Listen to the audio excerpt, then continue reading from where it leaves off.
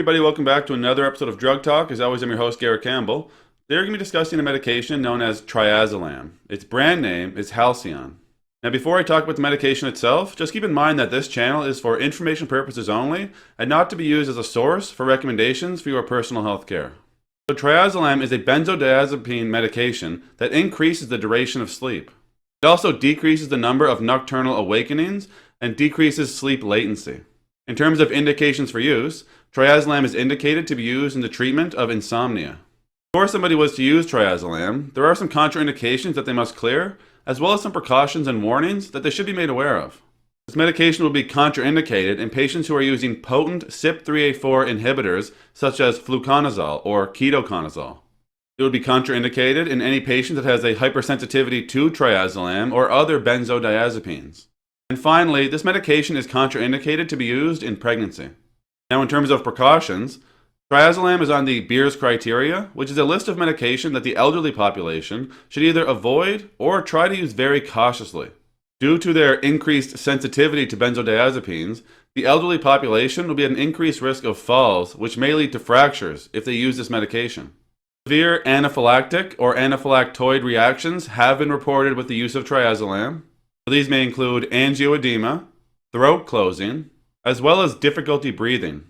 Worsening of insomnia may appear with the use of this medication. However, this may actually be a sign that the patient has an underlying undiagnosed psychotic or physical disorder. Patients should only use this medication for sleep or to treat their insomnia after a careful evaluation from their physician. Amnesia and paradoxical reactions have been reported with the use of this medication. CNS depression has been reported, which may result in decreased consciousness, and it may result in drowsiness as well.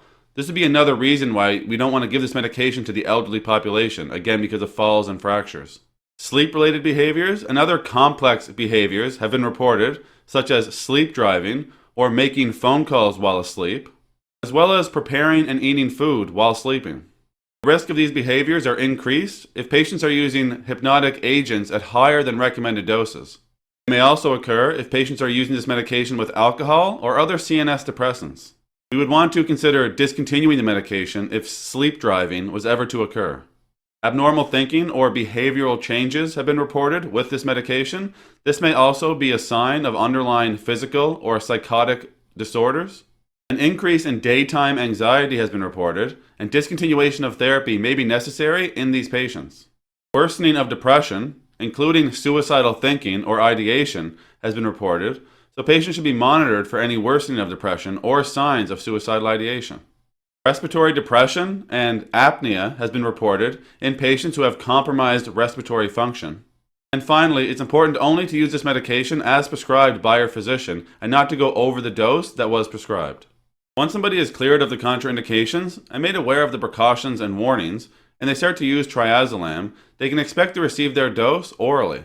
It's available as a 0.125 milligram tablet, as well as a 0.25 tablet. So when a patient is using Triazolam to treat their insomnia, typically they would start off with a dose of 0.25 milligrams. This dose would be taken at bedtime, and the dose may be increased to 0.5 milligrams in patients who are not responding to that lower dose. A lower initial dose of 0.125 milligrams would be appropriate for some patients. And the maximum dose would be that 0.5 milligram dose that we just mentioned. As with all medications, there are some side effects or adverse reactions that patients may experience while using Triazolam, so I'll go over some of those here now. About 8% of patients may experience dizziness, and a feeling of nervousness may occur in about 5% of patients. Headache happens in about 10% of patients, and lightheadedness happens at a frequency of 5%. Somnolence may occur in 14% of patients. More serious side effects would be jaundice or liver failure, hypersensitivity reactions, which are rare with this medication, amnesia or dystonia, abnormal behaviors, worsening of depression or suicidal thinking, respiratory depression, and finally withdrawal symptoms.